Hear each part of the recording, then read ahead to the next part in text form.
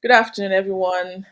My name is Adeola Olatunji, Dr. Adeola Olatunji of ZER Consulting Africa, and I'm happy to welcome everyone again to the Scale Masterclass, our ZER Consulting Fortnightly Masterclass. I welcome all new participants and all our repeat participants. Thank you very much. We're happy to have you here. Um, this is the Scale Masterclass is a fortnightly masterclass that we at ZER Consulting Africa host to, as part of our reach out in the ecosystem, as part of upskilling the ecosystem. This is episode 5, if I'm correct, and I'll just jump into the agenda. Episodes. This is the 6th edition or episode, if I would say. So on today's agenda, the welcome, which is what I'm doing right now, welcoming you, welcoming everybody that joining us today, and then I'll introduce the skill framework to you. Then I will introduce our guest for today, our speaker, Cynthia, and then what next? We go to what we do after the master class. So as an introduction, let me introduce ZER Consulting Africa to you again. We're a purpose-driven strategy consulting firm based in Africa. Our mission is to empower African businesses and leaders and upskill African entrepreneurs. With this master class, or on these master classes, we share knowledge, tools, and frameworks that help achieve this goal of upskilling African entrepreneurs. In the end, our aim is to help build resilient, scalable businesses that bring African excellence to the global stage. I'll do a short introduction about myself. Um, I'm a senior advisor at ZER. I've been consulting since 2013 internationally. I've managed governance projects for both non-profit and for-profit organizations. I've worked 16 years, like I said, across 2 continents, 7 of those years in multinational companies, and I'm an Afro-Optimist. If we go to the next slide, please. And so in ZER Consulting, we have a proprietary framework that we use to help, that we use in our consulting practice with our clients. This is the scale framework. This is an adaptable five-step roadmap to business transformation. Using this framework, African businesses are empowered to turn their business visions into reality. We'll go into what the scale framework means. The scale is an acronym for SCALE. S stands for strategize your vision. That is, make the concrete and appropriate plans to bring your ideas to life, to implement your ideas. C stands for champion excellence. A stands for accelerate exceptional leadership. L stands for governance, leverage governance for sustainable growth. And E stands for expand your impact via growth capital. We'll be focusing on the L today, which is leverage governance for sustainable growth. How can you, as an African business owner, no matter your size, leverage governance in the right ways to help you grow, to help you scale, and not just survive? And if you go to the next slide, please.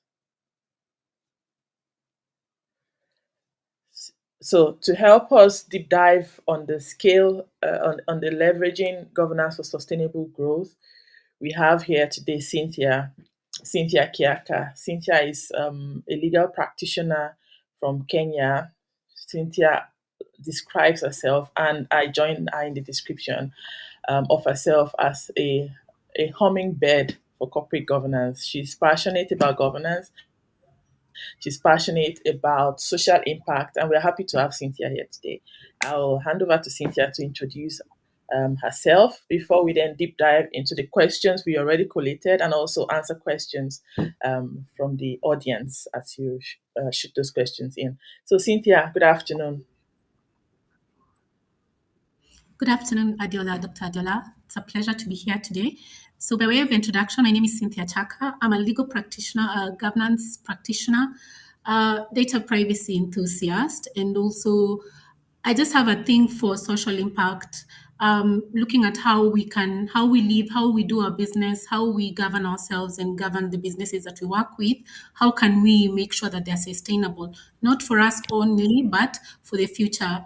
Because the human life is finite, but the business does not need to be finite. So how can we implement structures that can ensure that businesses thrive and businesses outlive ourselves and build that legacy? I live by words of one of my mentors once said, businesses or organizations don't need rock stars. We just need systems, and systems governance is part of systems. So I'm here. Let's chat. Let's see how best we can just share ideas on how best to do that. Thank you for having me. Thank you, Cynthia. I'm taking notes again as doing our first introductory call.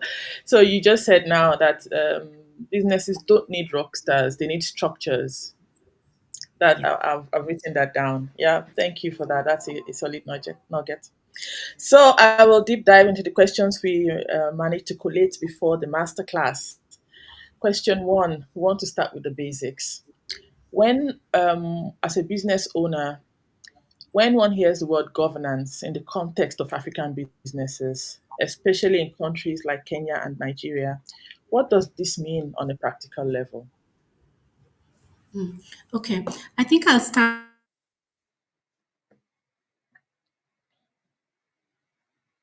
by why to believe no one sets a business to just to know that I set up a business. So there are reasons why we set up. I can set up a business for financial freedom. I have an idea that I want to see whether is it scalable.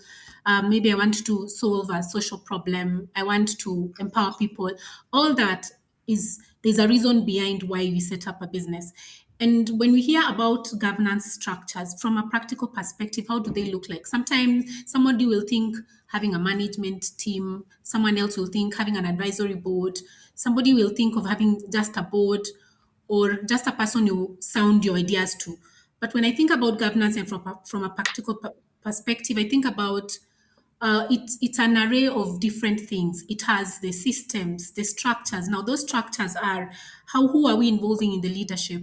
How are we segmenting the different structures in a business to ensure that there's ease of this decision making, that we are accountable for the actions that we do and for what others do. We remain accountable to, of course, the different stakeholders that we have, be it government, be it the customers, being the if the business is large enough to have employees, the employees, and even yourself and your family, because at the end of the day, nobody is born in isolation. So the people that are around you. So when I think about how, from a practical perspective, it is the systems that we have that help us do business. It is the people that help us do these businesses, and the people that pardon me, and the people that are in that unit, in that business, how are they structured? How are the reporting lines like? And who is accountable to who? So for me, that is what I would talk about what I think about when I think about governance. It is both the systems,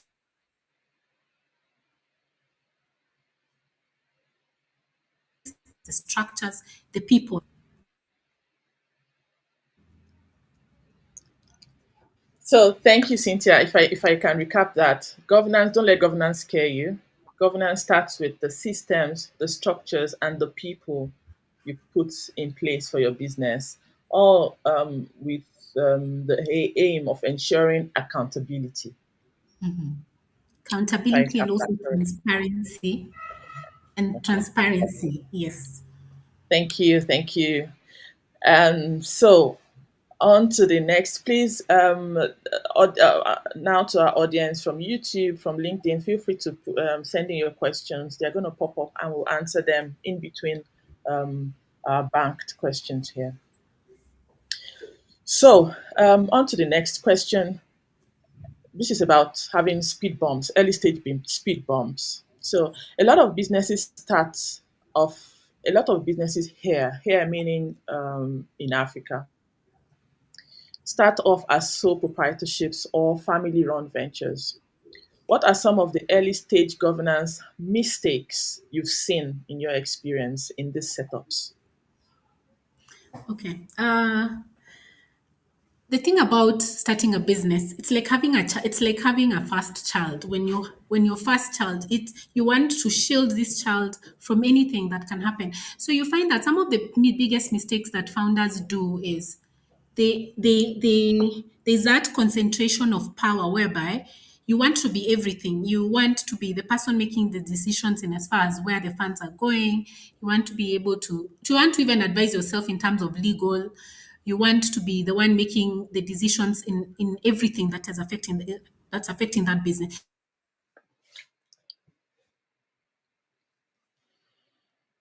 So there's that.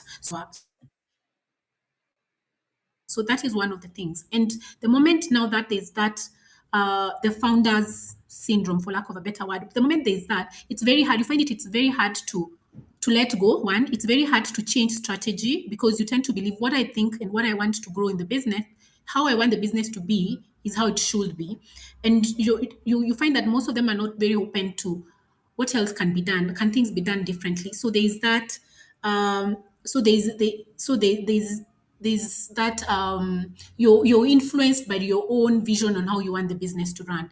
So the other thing is you ignore certain legal and you ignore certain legal regulatory and contracting obligations because you're solely the person making all the decisions. It's very easy to either maybe lose. You can either lose your intellectual property, which you probably would have you would benefit from if, for example, if you consulted other people. Of course, mismanagement of funds.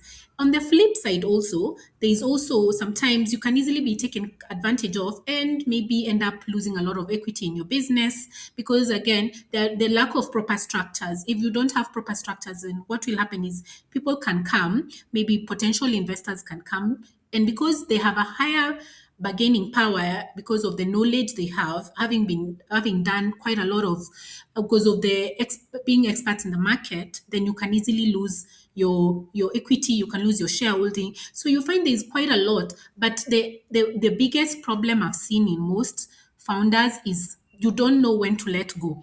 So you find that Cynthia, for example, sets up a consultancy called Chaka Limited, maybe, for example, Chaka Consultancy. And they don't know where Cynthia stops and where the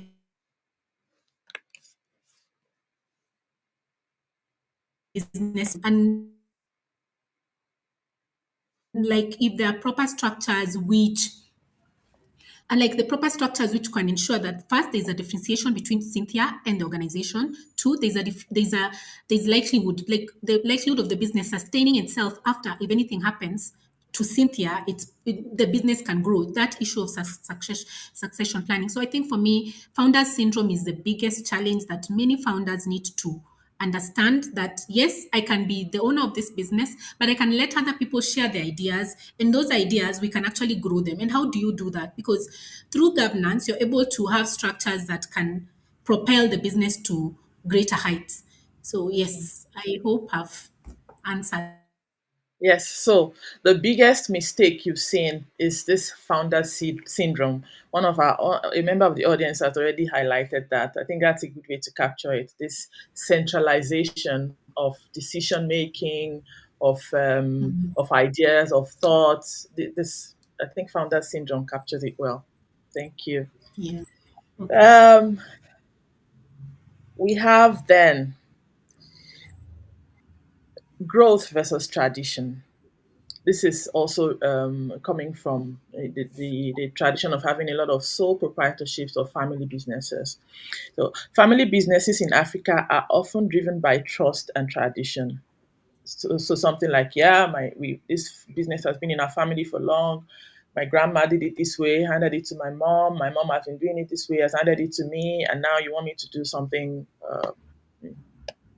different and say structure or governance. So, family businesses in Africa are often driven by trust and tradition. But at some point, growth demands structure. How can families navigate this shift without losing their core identity?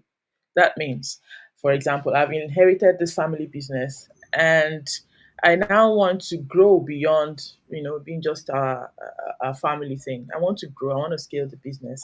But I also want to keep the essence of having a trusted brand, a trusted name in the community and things like that. How do I navigate this shift without losing my identity? So I want to have all the structures that governance demands that I have. Instead of handing everything to my cousin or my sister or this, I want to have some independent decision making or decision support, some structures that is not wholly dependent on the family. And I want the business to grow. How do I manage this transition?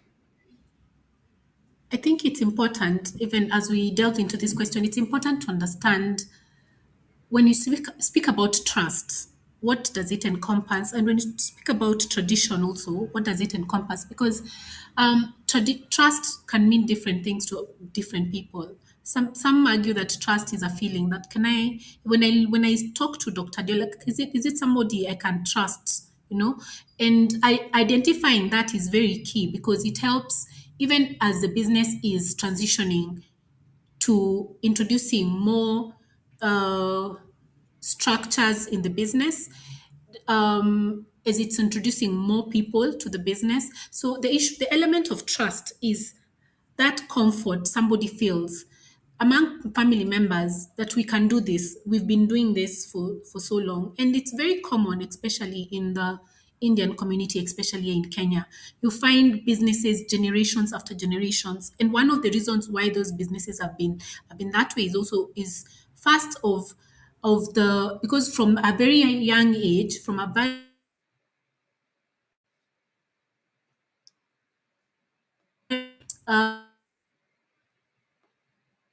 uh, my granddad used to run this. So somehow everybody gets involved in the business, and that element of trust is built in the business.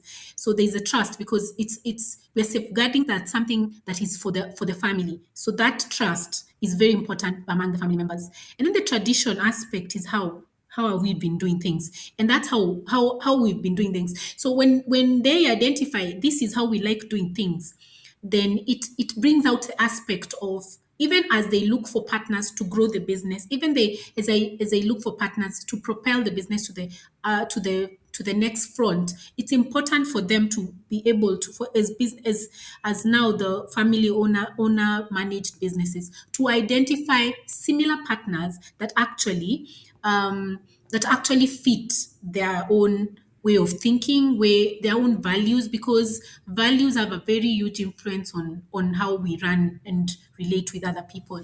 So, for example, now from advising as a governance expert, for me, how I would advise such a business, for example, is first bringing in the complexities, making the business owners understand the complexities that revolve growth, because as you look into propelling from one, for example, I'll speak about Kenya, for example. I am here in Kenya, and I would like to uh, bring my business to Lagos, for example. There are certain complexities in that market that Cynthia running her restaurant business here in Kenya might not she may need to be aware of when she's actually setting up in Lagos. So, and now how do you do that? You cannot understand, because also there's a limitation of expertise. There's limitation of expertise,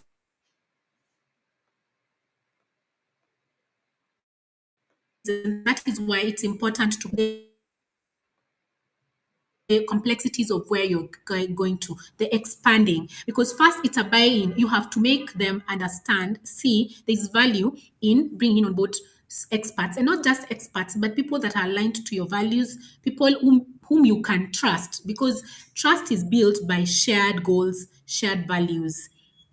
And the moment you understand that, because now it's more or less like you're coming up with like more or less like a framework to seek buy-in, because the buy-in is very important. Getting people who are aligned to the same values, the same goals, who want to run my business the way to run, who have common strategies, because maybe I want to come there, but I'll need a partner. For example, maybe there's a requirement for me to have local shareholding. I would want to sit down with whoever it is that I'm partnering, the potential people I'm going to partner with, to understand how do they view how they run their business, how do they view how they relate to their customers, because those are the traditions that we've set up. I want to be known as my, if it's a restaurant, for example, I want people to come and feel like they are home away from home. So the same concept, because it's a tradition that we've been running for example, in our family for a while, then I would want the same model replicated, maybe for purposes of growth. So you have to find people who are aligned. And the moment you do that, then giving assurances to the family, yes, you're losing control, a bit of your control, but you're losing it to experts whom you can also trust. So that trust building is very, very important. And that's the key. You find people who get into mergers and acquisitions, a small business and a big business, and the businesses, they don't work.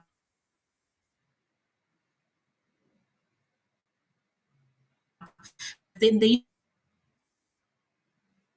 issue of trust is there are bloodlines, because somebody will feel like you have a higher you come from you have a higher bargaining power as opposed to me. So are we going to run the business properly? So making sure that it's a tiered way of ceding control, but then you're not using your you're not losing maybe your identity, you're not losing your tradition, you're partnering with people who have shared values. I'm seeing somebody, how practically do you find people in other countries share the same values?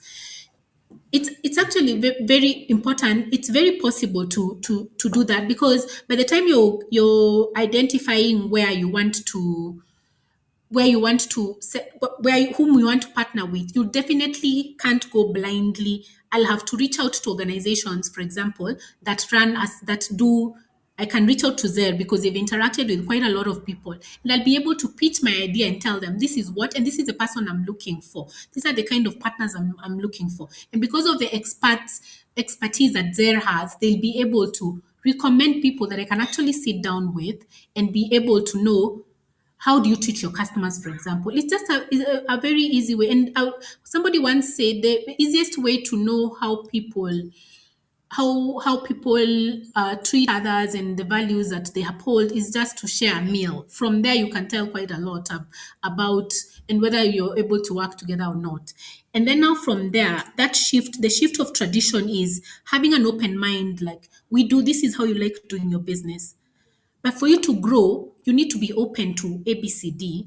But then it can be a tiered approach as well. We can try, and maybe you like serving bread in a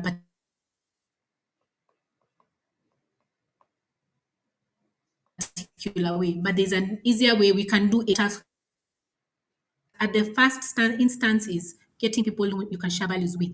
And then now for that additional oversight, instead of, because it's very hard. You have been a director, Dr. Delu, you've been a director in maybe we are sisters and it's very hard to just say, okay, let me bring in other directors, because there's that fear of they can also make decisions. What if they decide to take over the business and we're here? So it's a process of building trust. Then you can start with, okay, let me maybe start with an advisory board, for example, and then be accountable to that advisory board, and then it goes that way. So for me, I think it's a matter of understanding the complex, trying to understand the business first, the people, how they run their business, letting them have an appreciation of the complexities of growth and what growth demands. The growth demands you have experts. That means you'll have to put in more structures. Growth demands ceding a bit of control but still remaining and giving assurances through Okay. trust. Yes.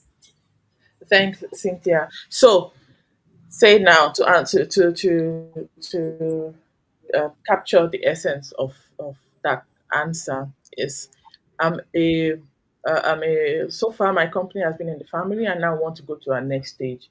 Your recommendation is adopt a staged approach. Don't just run blindly into whatever next stage you want to go to. And look for partners that fit your values and understand your thinking, and then Yes. scale with those partners. Don't go Yes. it alone. Seek expert advice and expert guidance. Yeah. And to answer Adeolu's question on how you practically find people in another country who share the same values, your recommendation is to go via known third parties and to meet that. Also the same thing, adopt a state approach. Meet these people first, observe them and see, get to know them and their values. Look for introductions from professional networks and things like that, but slowly. Don't rush into it. Yes. Okay. Um, so this question, I think it's related to something you already said, but let me just because it's something that came up. Are governance models contextual? So, what role do local culture and values play in shaping governance model that actually work here, rather than just copying templates from other parts of the world?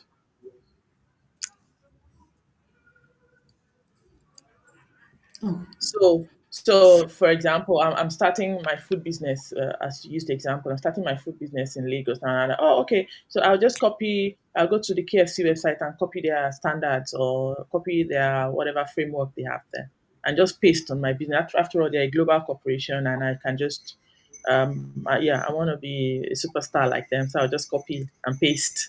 Does that work? And what should I be mindful of? I think a lot of how businesses are run and a lot of how people collaborate and people do their business is influenced a lot by culture. So you find that um, people from different parts of the world, for example, have different approaches. There are certain sides ends of the world that are very bureaucratic. Others are very open-minded, and such depending on how the people the national culture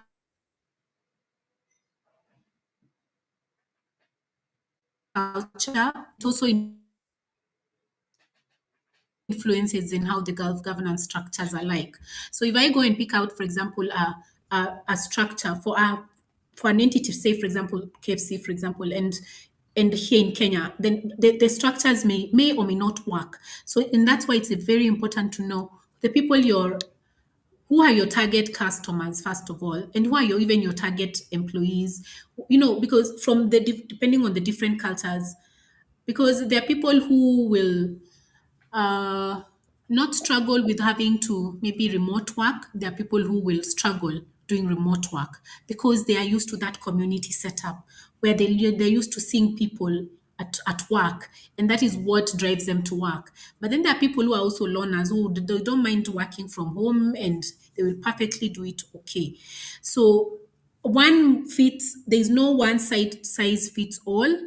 I believe it values and the cultures of the community we live in, where we are, how we are brought up, how we are raised, and the people we relate with, adding to our national values and cultures, play a key role on the success of a governance structure. So you can't just go pick one from one company and bring the other. And the other thing is also, even as a business is growing, there are different uh, the governance structures will evolve as a business is growing. So the moment you go and pick for a maybe tier one audit firm, and I'm just starting out, there'll be a lot of disconnect because, of course, the resourcing, for example, resourcing requirements, whether it's from people, from financials, they're not similar. So you have to understand the business you do, you have to understand the culture of where you work and the values of the people you serve, stakeholders, to be able to put up a proper governance structure. You'll find, even for example, even in a group of companies where you find a company has maybe a branch in Kenya, South Africa, in the UK, the cultures, you'll find that yes, the model will be the same, but there are certain things that will have to be tweaked to fit the particular environment where that business is registered in. So for me, I would say no, you can't just copy and paste. You have to learn the values of where you're operating from, the people you're operating from, what is important to the people, and what is important to you also as a founder. What do you want to sell? Because first there has to be a reason why. Your why. Why did I set up this business? What do I need to be? Why? What do I want to be known for? And from why, the what, then you'll come up with those parts of the moving parts of the governance structure that you'd want, so that will propel to achieve what your why at the end of the day. Okay. So thank you. So your recommendation there would be no, cut and paste is not recommended. Direct cut and paste is not recommended. Look at good models and then look at good models, one, and then two, know your why, and then tailor the applicable parts of this governance model to your why. Yes. Thank you. We have a question from Kate Kayo in the audience. Thank you, Kate, for that question. It says, what layers apply or should apply as a company scales its governance framework? So that means you've started and you have the basics, and then are there specific layers that apply as you want to scale this? Okay, I want to do more in terms of governance as my business is growing and things like that. I think, again, when you're starting a business, there are different. You can start a business, and I think it's one of the way you talk about, maybe you're starting out a business, for example. Maybe I'm working and then I want to start a side hustle, for example, for selling something that is not related to my employment, or you've just started a company. When you start and by the time you're growing, it's influenced by how the business is growing. So as a start, you want to ensure that basics of governance are captured. The basics are addressed. One, for example, transparency. Two, accountability. Three, fairness. Such things need to be addressed even as you start. As I start, accountability, for example, if I'm going to be selling stuff and maybe I'm providing a service and I'm going to be paid for it, how am I going to be accountable? What structure do I need to put in place to ensure that I'm accountable and there's separation of what is Cynthia's and what is this this business that I've set up? So that accountability first. Of course, it starts with registration. If you see this business it's scalable, let me register it, and now I've registered it. What kind of structures do I need to put in place to ensure that there's accountability, there's transparency in how I'm making my decisions? And then and the beauty about building structures is you don't have to start all at once. You find there are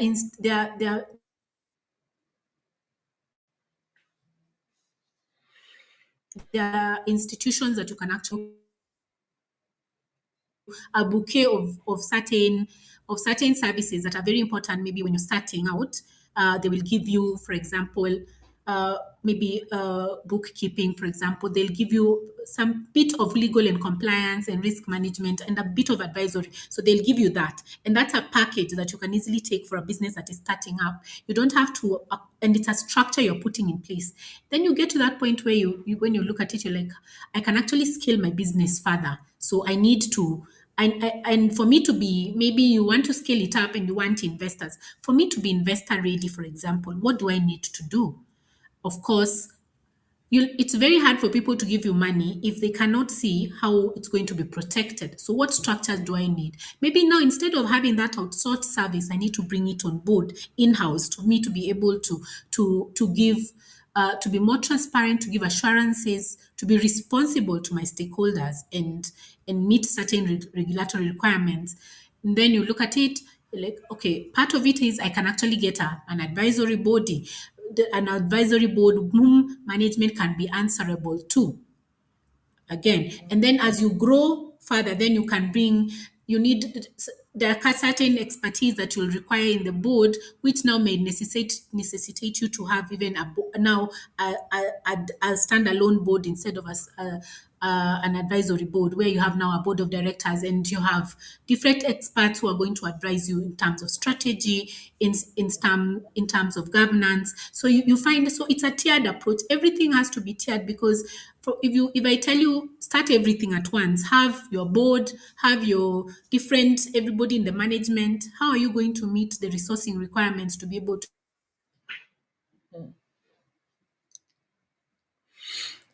do all that? The complex the governance structures become. Okay. Thank you, Cynthia. Kate, I hope we answered your question. So start with the basics. Ensure you're putting in structures to be transparent and accountable. That can be maybe outsourced, for example, with bookkeeping. Initially outsourced. As you grow, then you're like, okay, we can bring this in and hire and pay someone to do this. And then you step it up, like you asked, in layers from there. So we talked. We nudged the capital topic now. So I just want to ask: does governance open doors and wallets? So access to funding. It's similar to something you just said. Access to funding is crucial, especially for SMEs and growth stage companies. How does good governance help unlock capital or build investor confidence in places like Lagos or Nairobi, for example? I'll start the answering this question by giving you an example. Some time back, I was in we're advising a business, and what they wanted to be advised on was, how do I become investor ready? And yes, organizations need, because by the time somebody is coming to you, somebody wants to put money in your business, there are certain assurances they're looking for. They want to know that there's return on investment. How, when I give you this money, because our investors are in business, they're not in charity. So by the time somebody is giving you money, they need to know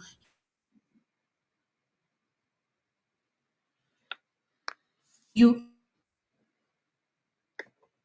what structures have you put in place to ensure that you're compliant, for example, with the regulatory framework of, for example, Kenya or Nigeria? What structures have you put in place to ensure that? What structures have you put in place to ensure that we can actually review performance of the business? Are you making adequate reporting to the relevant regulators in terms of of of your books? How are you treating your employees? Nowadays, you find the matters of environmental, social governance are very key. So you find sometimes even investors, they look at the social impact that you're doing. They will look at the social impact that you're doing. What are you doing? How are the activities of the business affecting the environment, for example? So you find there's quite a lot of emphasis on this, and it's because of the world we are living in now. And all these things you cannot achieve if you don't have governance structures. So yes, having governance structures definitely open up doors for a business to be able to get funding. Somebody will come in and they'll want to know, when I give you this money, for example, what stake am I going to get in the business, and how valuable, what's the valuation of your business? How is it like? So for you to be able to do all that, then you need governance structures. Some you may actually have a business. It's not valued in terms of asset. It is asset heavy in terms of, for example, the intellectual property rights the business has, and you can leverage on that. But how will you be able to leverage on that if you don't have proper structure to even show you, I can actually leverage on my intellectual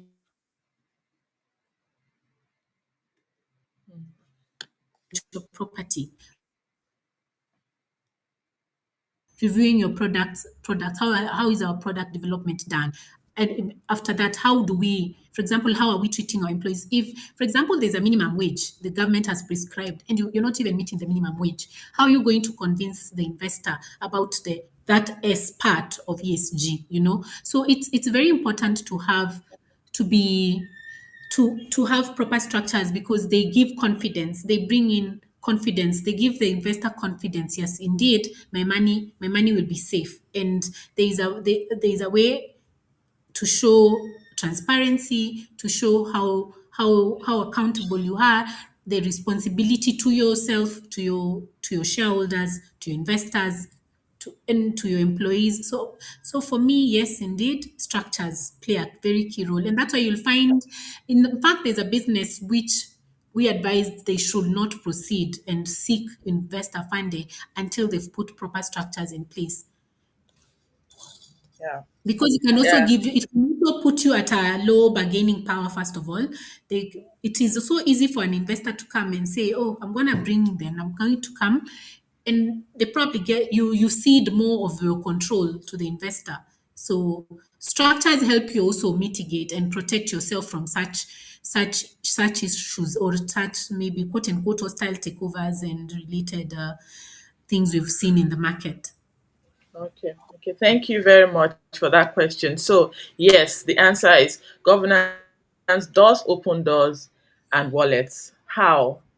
So, when you have the right governance structures as an organization, or you have the right level of transparency, especially financial transparency, then it's easier to trust you as an investor, and it also gives you a good bargaining position when you enter into negotiations with potential investors, when you know your own structures that you've built.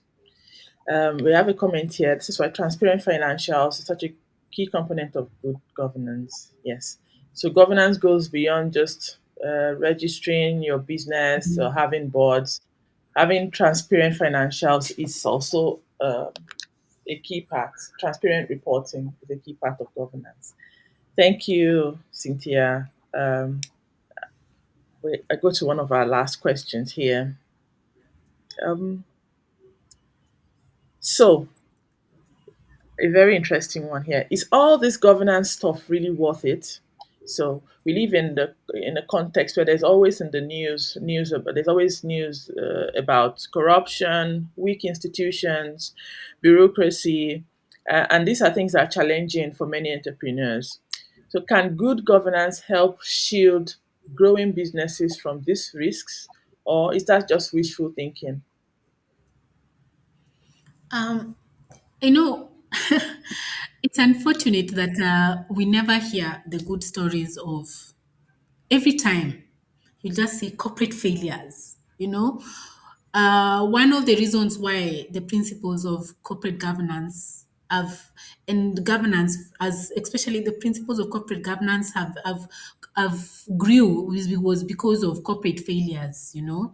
One of the corporate failures known, you can even talk, everyone knows about Enron, you know. When you watch the documentary and when you read about it, it was about corporate failures. If you look at Kenya, for example, we've had quite a few, give or take around five banks that have, financial institutions that have gone under.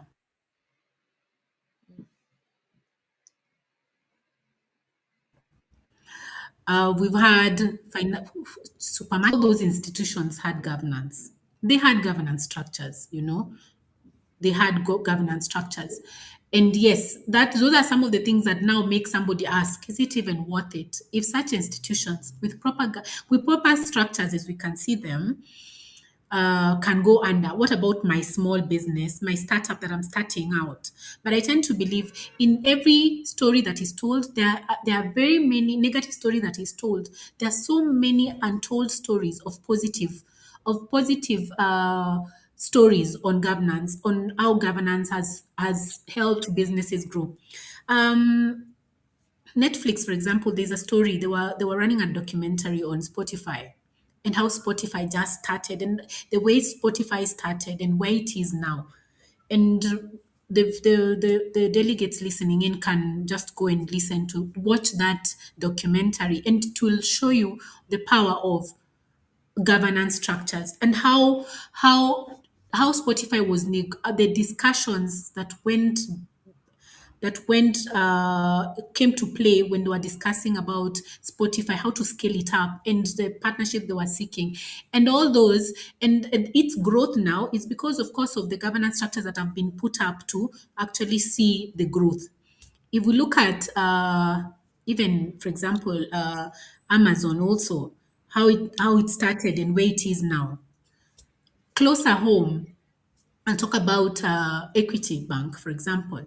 Equity Bank is well known now in Africa. It's one of the biggest, largest banks in Kenya. It has grown to the cross border along in various countries in Africa. But it started as a microfinance institution in a very tiny office.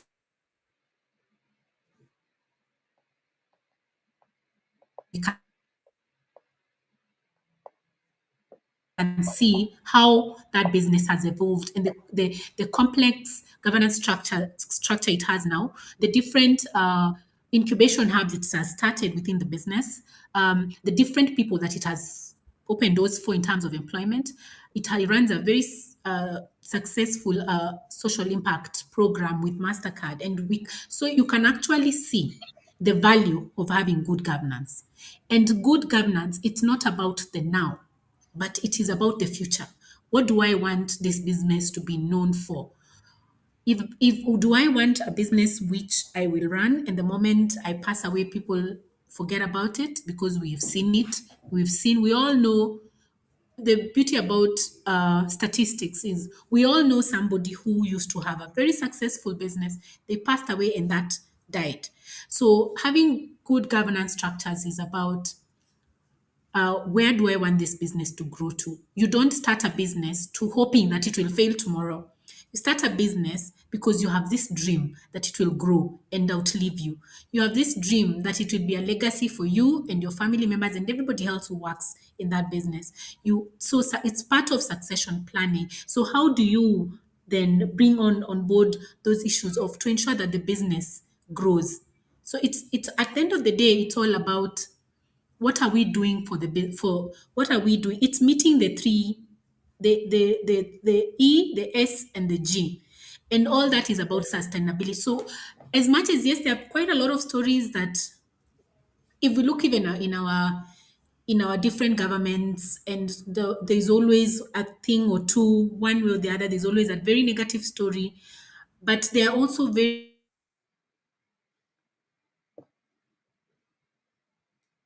good stories about how the businesses have grown, Mm. and business that has grown because of wishful thinking, or you've just sat there and come up with a plan and said it will implement itself. No, you need structures to ensure that business implements what is there. And structures is not about having a board, but it is having about people that believe in what you believe in, systems that actually and make sure that it's a plug and play. That I don't need Cynthia to be here for the rest of her life. I just need I need these systems to work so that whoever comes in after Cynthia can plug in and progress. Yes. Yes. So for me, yes, systems, Thank we you. have very bad negative stories, but the positive stories outlive, I mean, out that one. There's a statement I'm looking for, Thank but I can't. you. Yeah, they're more than the negative So I stories. hear you. I hear you that there are positive stories, even though the negative stories might be louder, but there are positive stories, and we should look to these to see how having the right structures has helped companies. For example, Equity Bank, like Mm, you used in your, like you mentioned, has helped them not just survive, but scale beyond their country of origin and across Africa. So yeah. we are nearing the end of our session. This has been so engrossing. Thank you, Cynthia. I have a last question. So, um, this is an interesting one. So, can governance tech and AI help me? So, everybody, there's an AI tool for everything now, and I've heard definitely about governance tech. Governance tech, yeah.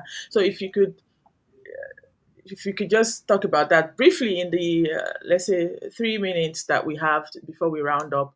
Are there tech and AI solutions, mobile solutions, digital solutions that you recommend for small business owners that can strengthen their governance practice?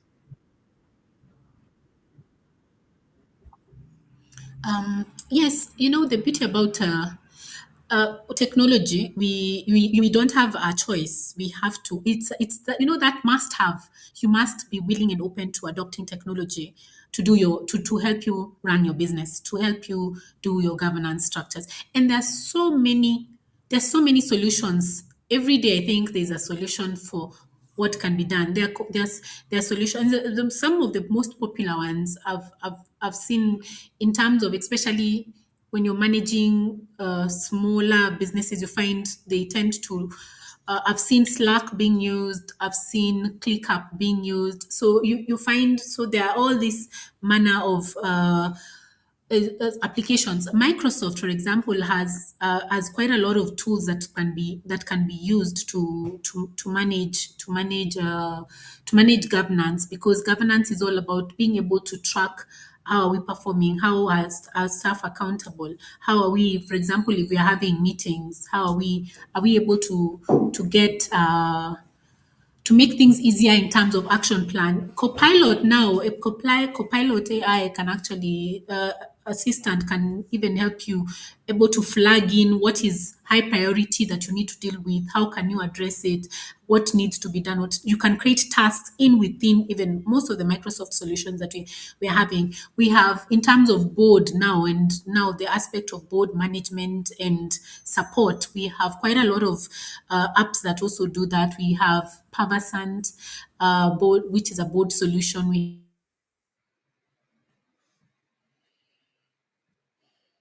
have eBoard by, I think, yes, technology can help us a lot, but we also need to ensure that we do not lose that human touch. You know, Nowadays you can easily tell an email that has been crafted through Chat GTP, for example. You will tell, unless, so it's good to adopt AI. It's good to adopt technology, but that human aspect should not be lost, even when you're busy using all these tools. They are tools. It will even draft an agreement for you, but then. Are you is it addressing, or is it really addressing the need that you need? Because sometimes it can just craft a normal general document that you require. But so it's always important, yes, efficiency and effectiveness. A technology is coming to do that. So yes, we can use the tools, but of course with with caution. That's what I'll do. I use we interact with a lot of AI tools because of because of what we do. It helps you track, for example, it can help you track action items, for example. It can help you assign duties and be able to prioritize. But yes, Okay. caution must be exercised, because again, also there's Thank the you issue of for that. data. So we also need to be live to the fact that we're living in an era of data protection and privacy. So that aspect also should not be lost, even as we're trying to make sure that there's efficiency and effectiveness in how we do things. Thank you. So, related to that, Kate, I think your question has been answered. How can AI help in the field of governance frameworks for businesses? I think she mentioned now she mentioned quite a number of tools being used for board support, and then the basic one. Let's say we don't know about the board ones. We know about Copilot that can help you flag priority items, that can help you draft agreements that you then, as the business owner, need to tailor to your needs to ensure that whatever has been drafted by this AI tool, whatever framework or agreement or contract has been drafted by this AI tool, that it meets your needs. So, Kate, I hope we answered you there. We have just a few minutes left, and I would like to thank you very much, Cynthia, for patiently and very contextually answering all these governance questions. I hope the audience has found it useful from whatever platform they are listening. And I hope, like me, people were taking notes of next steps to do in as we go about our work. For me as a consultant, things to note governance wise in my work. So thank you very much, Cynthia. Um, I will go back to our slide now just to wrap up the session. Okay. Adekunle.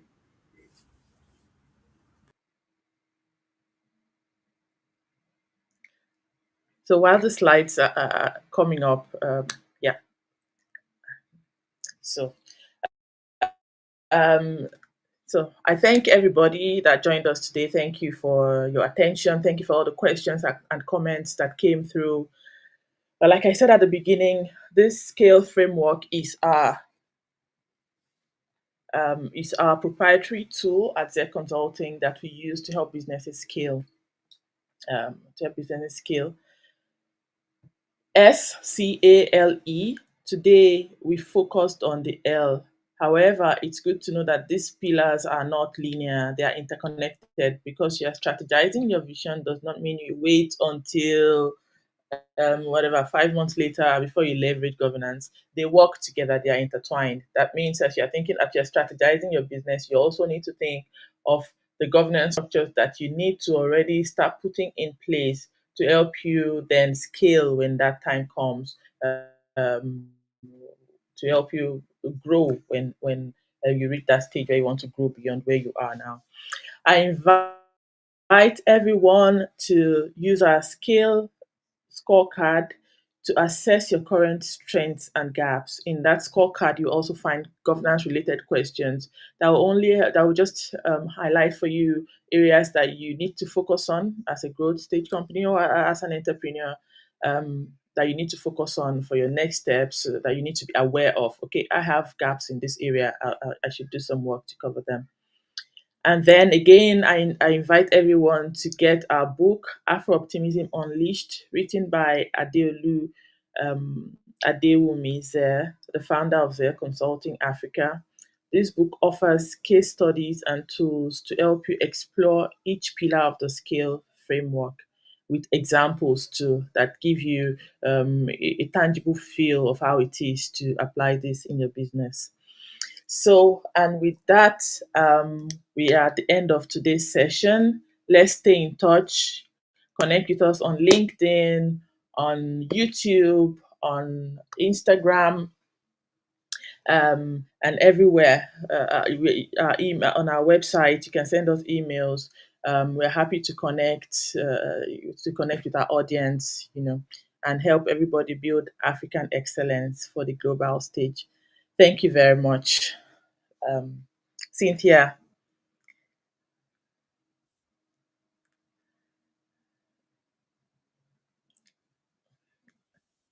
Yeah, I hope you enjoyed the session too. I found it particularly engrossing, all the